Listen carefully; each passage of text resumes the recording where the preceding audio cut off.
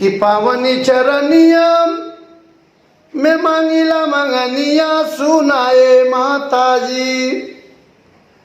अब सुनाए माताजी त सुखी कैदा सारी दुनिया सुनाए माताजी। मानय बढ़ाई माई कुछ न चाही, मानय बढ़ाई माई कुछ न चाही। अबन के राब तोरे रहिया के राही। मानस बचनियम न करे क्यों नादनिया सुनाए माताजी।